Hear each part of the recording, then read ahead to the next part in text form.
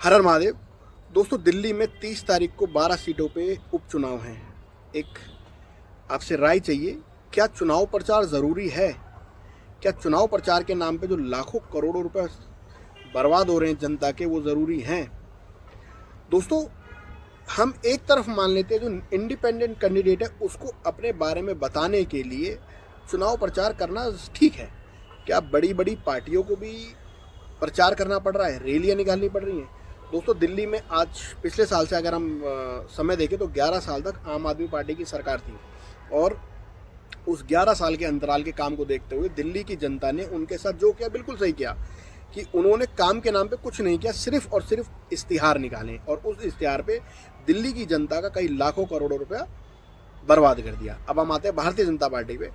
9 महीने की सरकार में भारतीय जनता पार्टी ने अपने दम से बढ़कर काम करा। खैर, अच्छी बात है, उनका रिजल्ट हम अभी घोषित नहीं कर सकते, उसको अभी समय लगेगा, साल 2 साल जब भी, और उनका रिजल्ट जनता के सामने आएगी। और जनता जनार्दन होती है, जनता अगले चुनाव में तय करेगी कि भारतीय जनता पार्टी को सत्ता दिलवानी है या कांग्रेस को दिलवानी है, आम आदमी को दिलवानी है। अभी हम बात करते हैं इन 12 सीटों के चुनाव पे। दोस्तों, तीनों पार्टी और इंडिपेंडेंट कैंडिडेट जो लाखों करोड़ों रुपए एक एक सीट के लिए बर्बाद कर रहे हैं एडवर्टाइजमेंट पे, क्या वो बिल्कुल ज़रूरी है? क्या जनता को उनके काम को देख के वोट नहीं देना चाहिए? हम एक तरफ मान लेते हैं कि चलो ज़रूरी है, भरपाई कहाँ से करती है कैंडिडेट? जो कैंडिडेट जीतता है वो पैसे दोबारा अपने जो उन्होंने बर्बाद किए वो कहाँ से लेकर आएगा? ऐसा तो है नहीं कि पैसा बर्बाद कर दिया, कोई ज़रूरत नहीं है। पैसा तो रिकवरी होता है ना, वो कहाँ से आता है? क्योंकि इतनी तनख्वाह नहीं होती कि उस तनख्वाह से ये रिकवरी हो जाए। दोस्तों, वो आपका और हमारा पैसा है जिसको बड़ी बड़ी पार्टियां और सत्ताधारी सरकारें चुनाव के नाम पे बर्बाद करती हैं।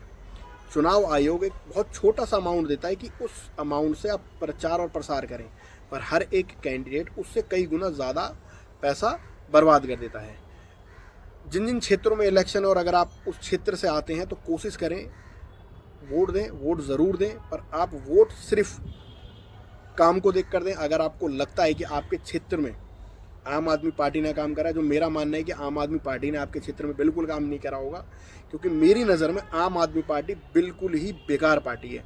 आज दिल्ली अपने समय से 15 साल पीछे चल रही है और उसका मुख्य कारण है आम आदमी पार्टी।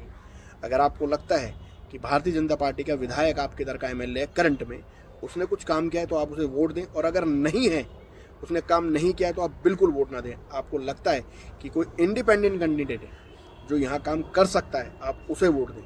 वोट दें, पर उस कैंडिडेट को वोट दें जो बिल्कुल सही है। अगर पार्टी सही है तो पार्टी को वोट दें। धन्यवाद। हर हर महादेव।